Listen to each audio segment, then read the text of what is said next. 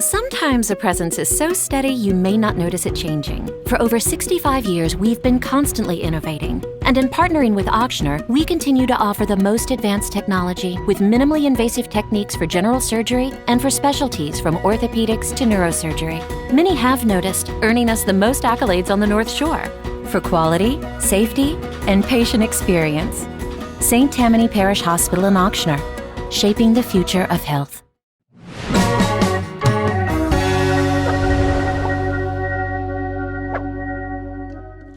Hello and welcome to Healthy Living, brought to you by St. Tammany Health System.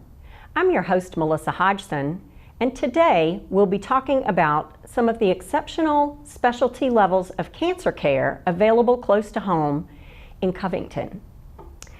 We'll have two guests. First, we'll talk with Kelly Crim, who is a nurse practitioner in the Breast Health and High Risk Clinic adjacent to the St. Tammany Health System Women's Pavilion. She is an expert in breast health and an understanding of hereditary cancers.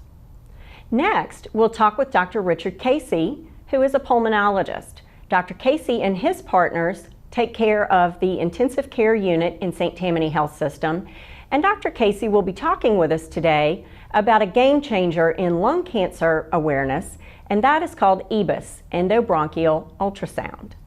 So first we'll start with Kelly Crim. Kelly, welcome to our show. Thank you. I'm excited to be here. Well, we're excited to have you. You know, so much is happening in cancer care in Covington.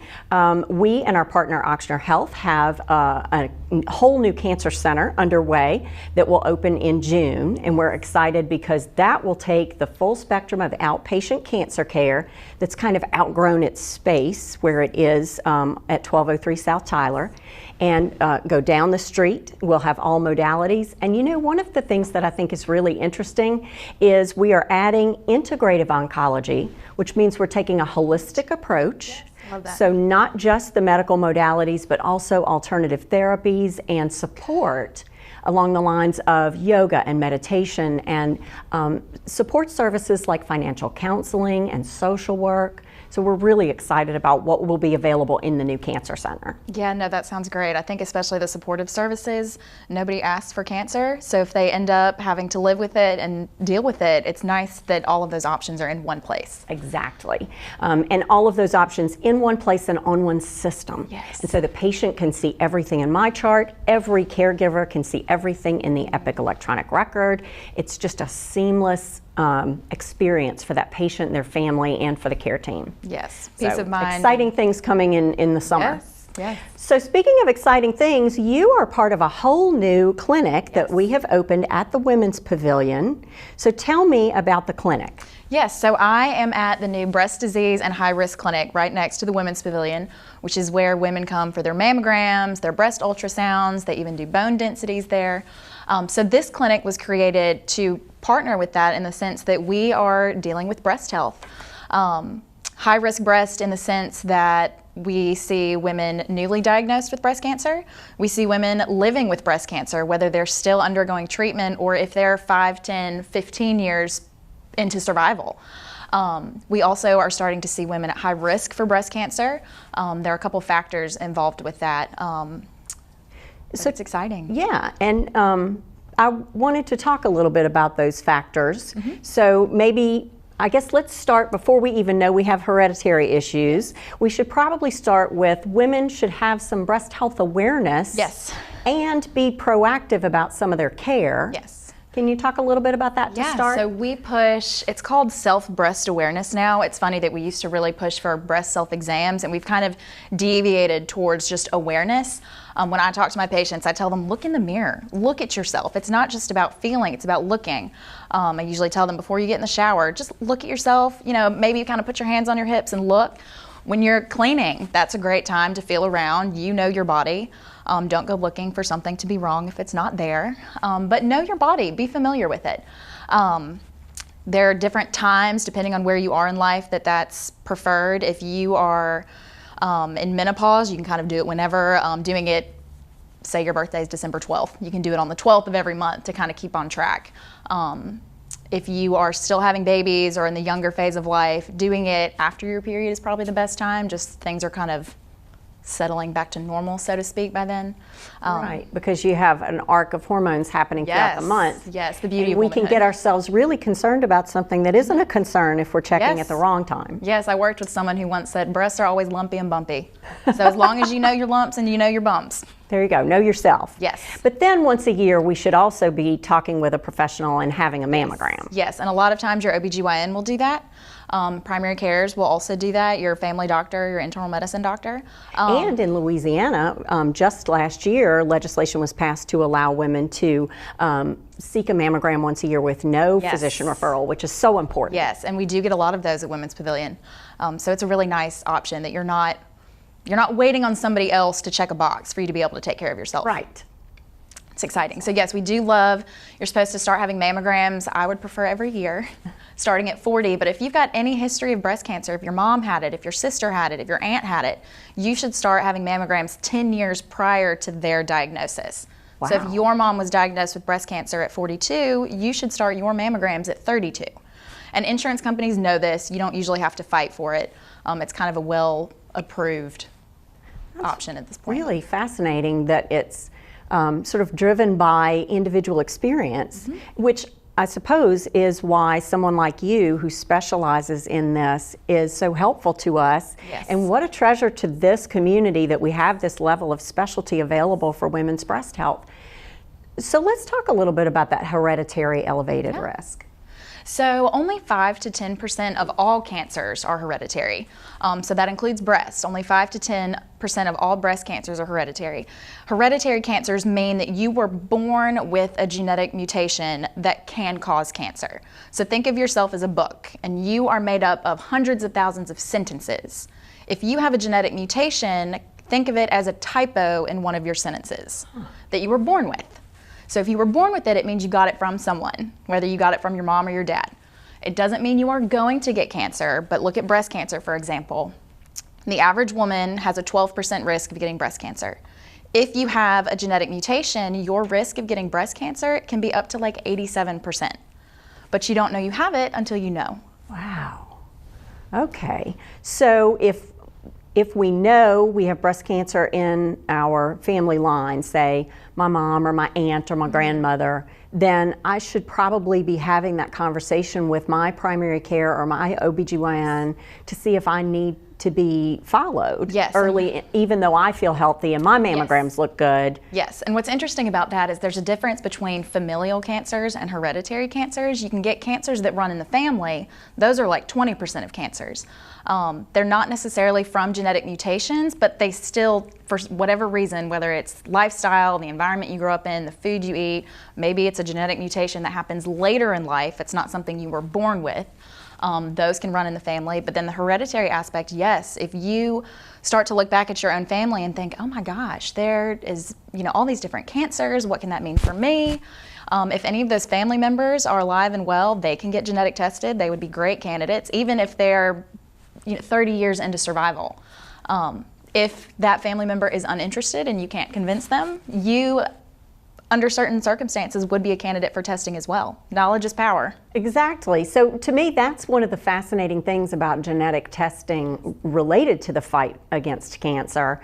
Can you talk a little bit about how people go about looking into that and how your clinic is involved? Yeah, so for breast cancer specifically, the group of cancers that I look at are breast, ovarian, prostate, and pancreatic. Those are the cancers that are kind of lumped together, so to speak, when it comes to breast cancer.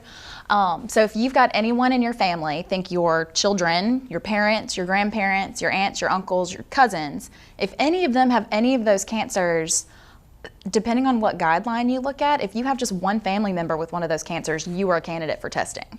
You can kind of break it down a little more specific depending on the specific type of cancer. Was it triple negative cancer? Was it inflammatory? The age that they were diagnosed? But for the most part, if you have a family member with one of those cancers, you are a candidate for genetic testing. So if someone was interested and they pursued genetic testing, can you walk me through how that would go? Yeah, so what we do mostly is a blood sample.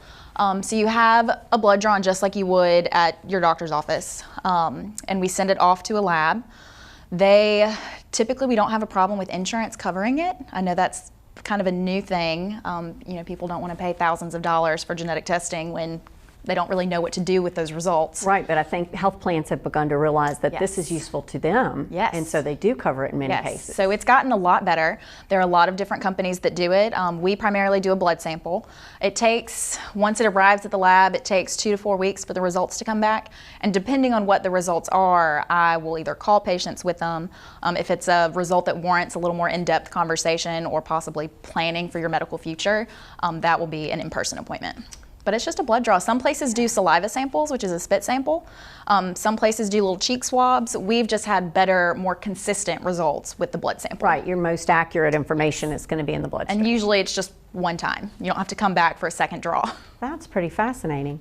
Well, okay, we've been sort of focused a little bit on the hereditary and genetic aspect, but here in Southeast Louisiana, there are probably just some lifestyle factors. Someone may have family members who've had all types of cancer, but they might be driven from lifestyle choice. Yes. Can you talk a little bit about that? Yeah, so there are a lot of risk factors you can't control. As far as breast and even ovarian, you're a woman, you have breasts and ovaries. You can't control that. You can't control what age you got pregnant. You can't control when you started having periods or when you went through menopause. The things we can change, though, if you are young and have a family history, if you are a woman and end up having children, breastfeeding is one of the things you can do to help lower your risk of breast cancer. Related to the area, weight is always going to be a factor, especially weight gain later in life. Weight gain later in life increases your risk for breast cancer. So if you can either prevent that from happening or maintain a healthy weight. Exercise is always going to be good. We'd like you to exercise 30 minutes 5 times a day. In a perfect world, that would be great. I know we're not in a perfect world, but do what you can. And then foods. There are certain foods you can eat that reduce your risk. Foods high in vitamin A, D, and E.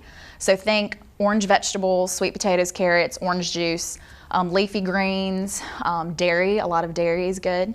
So foods like that, you can incorporate more of them into your diet, into your healthy living, healthy weight maintaining diet. And they will help lower your risk. Okay, so we can do some things ourselves at home. Yes. With our doctor once a year. Yes. And then if we have some family history, we may want to look into whether we should talk with someone like you in the hereditary clinic. But then we also could just be taking care of ourselves, eating right, exercising, and we should all do that anyway. I know, and it seems like such a cop-out. Just, I mean, everyone's going to tell you don't gain weight, don't smoke. But as far as breast cancer is related, weight gain especially is probably the #1 easiest thing you can do to help decrease your risk.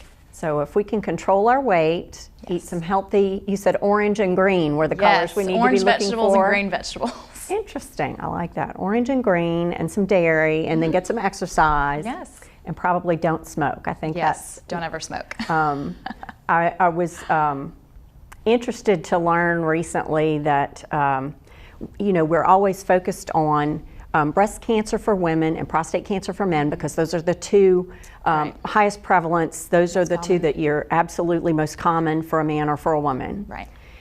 But the single biggest cancer killer of all of us is lung cancer. Yes.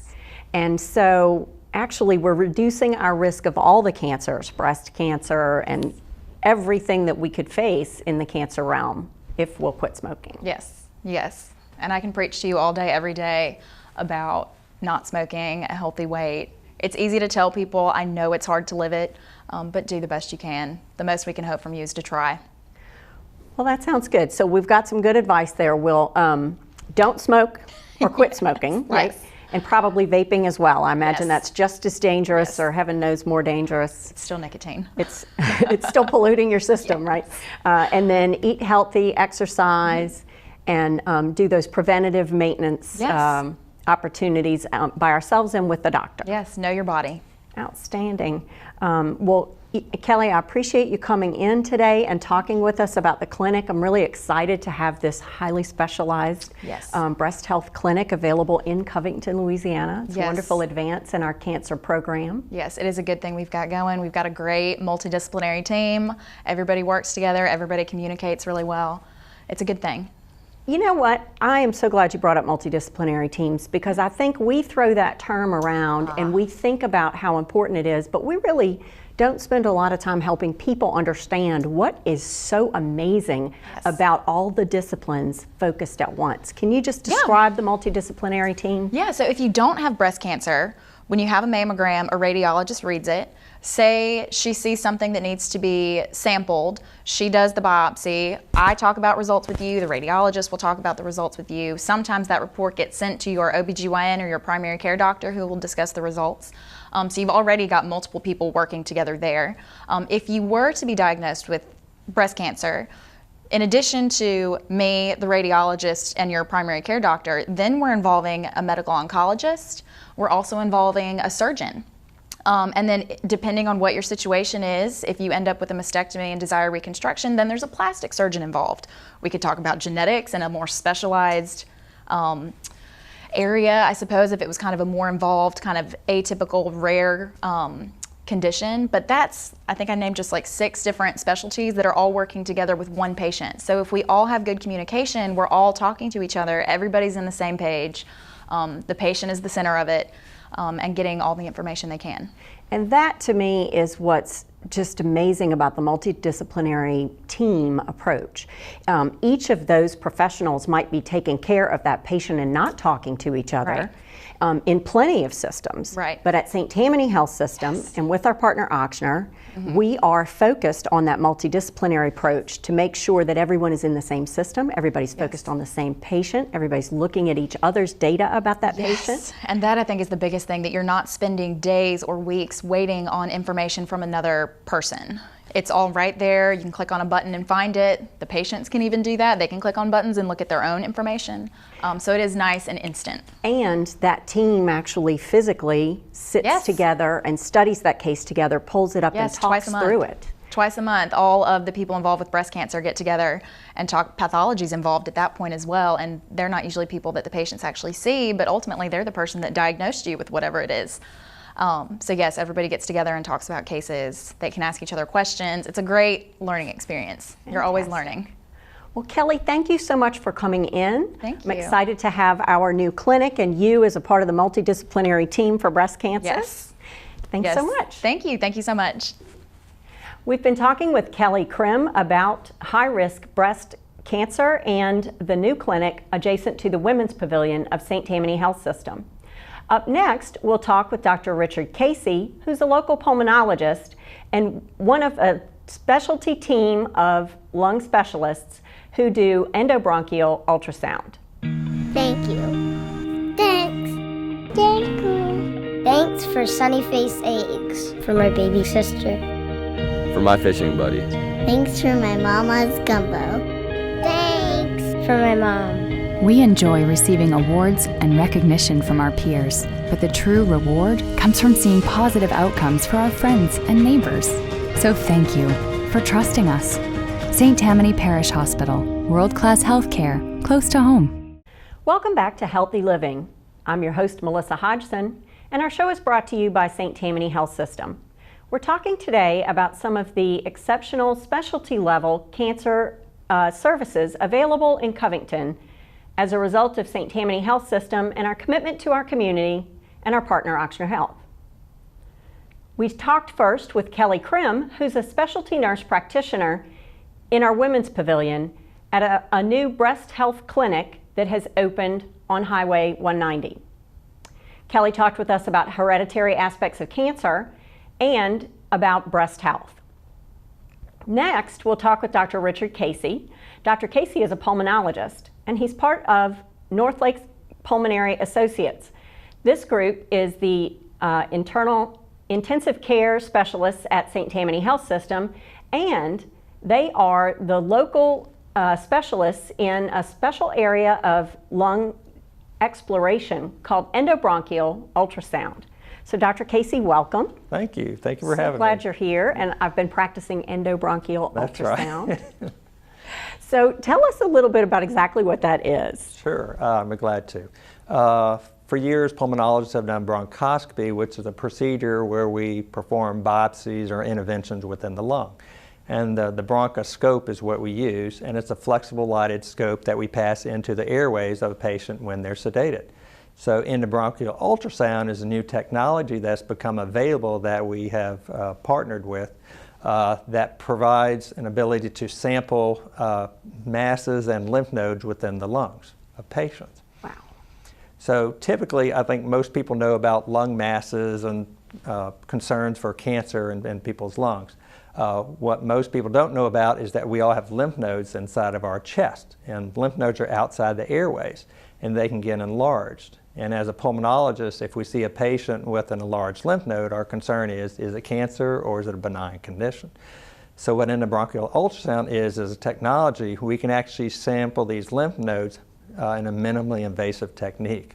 In other words, no surgery is required. So actually, go ahead. I was going to say, I think you have an image you can show us. Yes, yes. So I have an image just to show you what we're looking at. So the first image is just a diagram of the chest, and it shows the large airways and the little jelly beans. The colored jelly beans are lymph nodes that people normally have, and they're normally 5 millimeters or less. So these are the lymph nodes that we're talking about that endobronchial ultrasound makes us capable of sampling.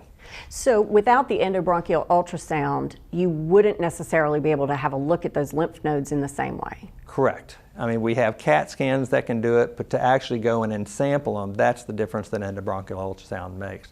The ability to sample these lymph nodes. So the next image that we have is a diagram of the windpipe, and what it's showing on the right side is an enlarged lymph node. And the bronchoscope, the endobronchial ultrasound scope, is that black device and has a channel where we pass a needle through it. So with the ultrasound, we can see exactly where the lymph node is, what size it is, and we can direct the needle straight into the lymph node for sampling. Outstanding. So in this case, this is really the beauty of endobronchial ultrasound as opposed to some of the more invasive ways that you might go about trying to get that information if we didn't have this technology and you didn't have this talent. Correct. I mean, we consider this a minimally invasive procedure. It's not truly a surgery or an operation. And the samples we obtain are just fine needle aspirates, like cells. It's not a true biopsy where you get a chunk of tissue. But with the technology we have now at St. Tammany Parish Hospital, we can get an accurate diagnosis of cancer just with cells from this needle. That is fascinating. So there's no cutting, there's no surgery. This is this procedure where we're going to go down the windpipe, basically. Correct. If we're taking it down to Melissa's medical language, the windpipe. Yes, down the windpipe. And that's the bronchoscope. Bronchoscope, right. And the patients always ask, what does this involve? What is the procedure like? It's an outpatient procedure. We do this under general anesthesia because we want the patient as still as possible. There's really no pain involved either. And we do it right here at St. Tammany at the Covenant Surgical Center. It's an outpatient stay, so you come in the morning, you go home several hours after that. Outstanding. And I think you had one more image that showed the actual ultrasound image, just right? If you want to see what the pulmonologist sees. This is an image of the endobronchial ultrasound, and the top area, basically the point at 12 o'clock is where the scope is looking from. And below that, you see that diagonal line coming in. That's the needle that we have. And so the beauty of this is we see the lymph node in real time. We watch the needle go in real time so we can assure ourselves that we're getting into the lesion itself. So there's no guesswork involved. And then after we obtain the sample, we actually have a cytopathologist or cytotechnologist who's there who will stain the slides and make sure we have adequate specimens. And if we don't have adequate specimens, we keep trying. So that's the beauty of it. That's fantastic. So your patient isn't going to have to come back. You're not going to have to call a patient and say, we've looked at it and we didn't get enough information, we need you back. It's very unlikely. It's very unlikely. Fantastic. And so I'm so happy to have this technology and the availability here. Pathology at the hospital is great. They're on board with our program as well. So it really makes a difference. Well, not everybody needs this, and not everybody's going to have to come in and have this. So can you talk a little bit about what types of conditions or patients that we would be talking about experiencing something that would need EBUS? Sure. In general, it's somebody who has enlarged lymph nodes within their chest, but it's also for people who have lung masses, and the majority of those are lung cancer but there are actually some benign conditions that we can diagnose as well. And so if we see somebody who has a lung mass or may have enlarged lymph nodes, we will essentially do everything at once. We'll attempt to biopsy the lung mass itself, but we'll also do what's called staging of the lymph nodes, which is a part of evaluating a cancer. What we're doing is seeing if the cancer has spread to lymph nodes, because that changes someone's prognosis and it changes the treatment options based on the stage of cancer. Okay. And all of that can be figured out together. Exactly. Fantastic. Well, all right, so for a patient to know that they have these enlarged lymph nodes, that's not something we're going to figure out. Like Kelly and I were talking about the responsibility we as women have to kind of have an awareness. But I was going to say, you can't check out your own lymph nodes, right? So men and women certainly are at risk for plenty of these different lung diseases and conditions. Correct. So this is maybe one of the reasons we should be going once a year to see our primary care. Correct. We should have some awareness of how we're breathing and how our chest cavity feels on a daily basis. And then those basic risk factors may be what a primary care physician would see and have some concerns and talk to us about, and then refer us to someone like you or one of your partners. Correct, yes. Okay. Yes. And then you guys would be the ones who would check out our lymph nodes. Exactly. Yes. Okay. Well, I realize that this is pretty groundbreaking stuff and not every system has it, and we're fortunate that we have your practice and the equipment and the pathologists and everybody who's a part of this system, but it's also not brand new at St. Tammany, is it? No, actually we're celebrating our 6th anniversary of our program here. My partner, Dr. Ricardo Blanco, brought this into the hospital. He actually got training from Cleveland Clinic, and one of their pulmonologists came down and assisted in us initiating the program. And so this is our 6th year now, and we're just happy as can be with it. Fantastic. And I guess, you know, we throw around words like cutting edge and groundbreaking and game changer in medicine, but EBUS really is a game changer. It is, and I tell people I rarely use that word, a game changer, but it truly is. The reason it's a game changer is before we had EBUS, when we would have enlarged lymph nodes, to get an answer involves a surgical biopsy, which is a true surgical incision. It's more invasive, you know, it can have complications, so that's something we try to avoid. There are also areas that surgical biopsies are much more difficult, and it's a larger surgery. So to me, to go from potentially needing a surgery just for a diagnosis to having essentially a procedure that takes maybe 1 hour and you go home the same day with minimal risk, to me that's a game changer. Absolutely. That is really exciting. And the idea that Dr. Blanco looked at this years ago and said, you know what, we need this. We need this at St. Tammany. Yes, and he took the initiative. The administration was receptive. Like I said, pathology is on board, you know, radiology. We have a multi-disciplinary team. We have, you know, hematology, oncology, radiation oncology. It's wonderful. And that multidisciplinary team, as Kelly and I talked about in the first part of the show, that really is its own kind of game changer. It is. When you follow that model, the pulmonologist isn't working alone and the radiologist isn't working alone. We're a team. Everybody's working together, focused together on that case, talking about the different disciplines and what everybody brings to the table in the fight. Exactly. Fantastic. Well, Dr. Casey, this has been really fascinating and educational. I appreciate you coming to our show. My pleasure. And you know, keep up that great work on the intensive care unit at St. Tammany Health System. Thank you so much for coming in. Thank you. You've been watching Healthy Living, brought to you by St. Tammany Health System. We've been talking today about specialty levels of cancer care available in Covington. Join us next time for Healthy Living. Sometimes a presence is so steady you may not notice it changing. For over 65 years, we've been constantly innovating. And in partnering with Ochsner, we continue to offer the most advanced technology with minimally invasive techniques for general surgery and for specialties from orthopedics to neurosurgery. Many have noticed, earning us the most accolades on the North Shore for quality, safety, and patient experience. St. Tammany Parish Hospital in Ochsner, shaping the future of health.